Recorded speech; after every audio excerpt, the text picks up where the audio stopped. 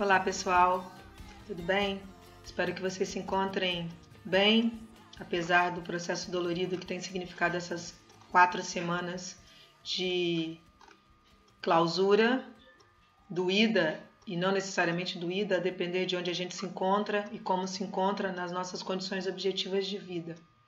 Por antídotos dessa semana, eu gostaria de trazer uma reflexão sobre a beleza do ato de ler e a dificuldade dessa beleza em países como os nossos, dada a intencionalidade de mutilação desse processo educativo contínuo que é a aprendizagem da leitura, tanto do mundo como das palavras escritas, faladas e não ditas sobre o mundo. O Paulo Freire, por exemplo, no livro A Importância de Ler e o Processo de Libertação, insiste com a gente que a educação, o caráter formativo da educação na alfabetização é de ir tecendo as redes da processualidade entre essa leitura, essa capacidade de ler o mundo, de ver o mundo, perceber o mundo e também escrever sobre o mundo e ler outros que escreveram sobre o mundo. Portanto, para o Paulo Freire, a forma e o conteúdo de diminuição desse ato violento que é o do analfabetismo político é a de ensinar o prazer de ler. E claro que para ensinar o prazer de ler, eu preciso de movimentos constantes e de disciplinas contínuas sobre temas não tão próximos de mim ou não tão apreendidos por mim até o momento em que eu me encontro. Então, a leitura ela deveria ser um processo incrível de aproximação entre mundos que eu conheço, mundos que eu desconheço e outros mundos que eu teço junto a partir daquilo que aprendi. Rubem Alves, no Prazer da Leitura, na conversa com os educadores, ele diz que alfabetizar é ensinar a ler. E diz também que todo texto é uma partitura musical. É lindo isso, né? Porque existem músicas que chegam mais rápido a gente e músicas são letras. Músicas são letras escritas por alguém e ditas por nós na forma de outra melodia, que não a do silêncio. Ler é encher-se da voz do outro para reconhecer ou não as nossas vozes.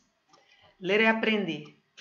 E ao aprender é dialogar para refazer outros caminhos. O Patativa do Assaré, por exemplo, dizia que ele tinha essa condição de narrar muitas prosas através do cordel, porque era um leitor gigante de várias obras, poemas e autores. Ele devorava livros. E ele dizia que é melhor escrever errado a coisa certa do que escrever certo a coisa errada. O Fernando Pessoa, por exemplo, diz que ler é sonhar sobre a mão de outro. O Drummond diz que a leitura é uma fonte inesgotável de prazer, mas por incrível que pareça, a quase totalidade não sente esta sede. A Conceição Evaristo diz que os livros escondem que as palavras ditas libertam. E o Brecht, em Prazeres, narra de forma muito simples o cotidiano cheio de beleza.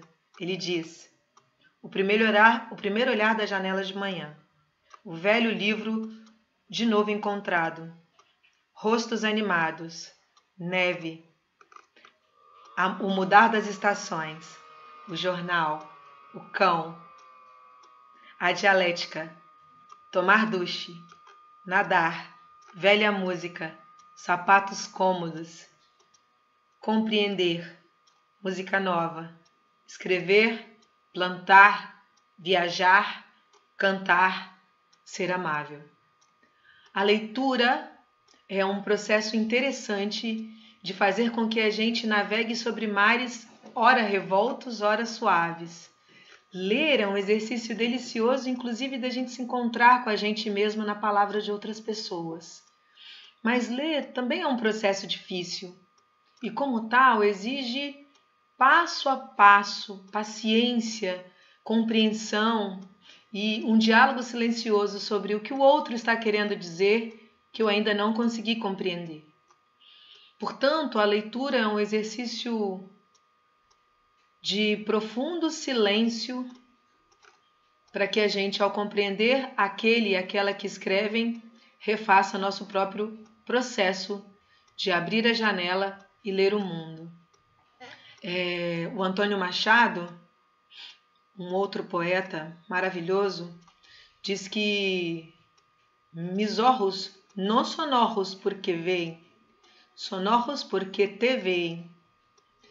E talvez a nossa maior dificuldade ao longo da nossa recente história, como seres sociais presentes nesse continente tão desconhecido, pouco reconhecido como o nosso, a maior dificuldade seja a gente conseguir de fato ler a gente e ler os outros através dos olhos. Porque o que é menos presente no nosso cotidiano é o encontro dos olhos. A gente olha o celular, a gente olha a TV, a gente olha sem ver. E quando a gente vê as pessoas, a gente vê com medo de ver. Mas os olhos são capazes de dizer pra gente que os sorrisos são ou não são, de alegria ou de tristeza. Os olhos, a janela da alma, revelam as nossas imensas quietudes ou vulcânicas sensações não expressas no corpo, aparentemente. O silêncio é a presença de muitas vozes, mas as vozes também podem nos ajudar a chegar no silêncio. A leitura é um hábito contínuo. A escola e os encontros deveriam ensinar a gente a ter prazer por navegar pelos mares dos outros e das outras para construirmos nossos próprios, também coletivos, barcos navegantes nas searas das palavras. Porque as palavras brincam.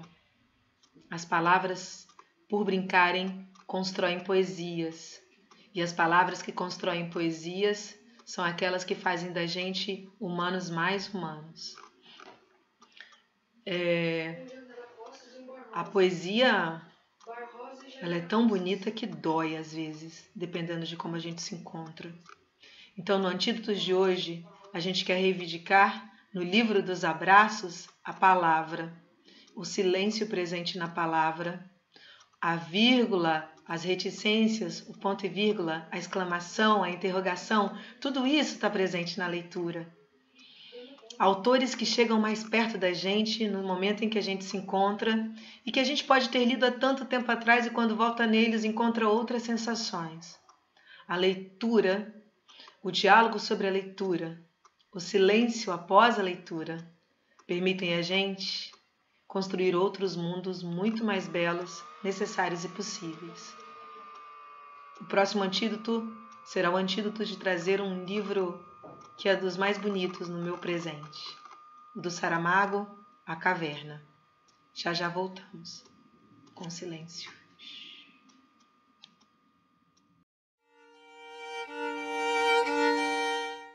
Eu não entendo. Isso é tão vasto que ultrapassa qualquer entender. Entender é sempre limitado, mas não entender pode não ter fronteiras. Eu sinto que sou muito mais completa quando não entendo.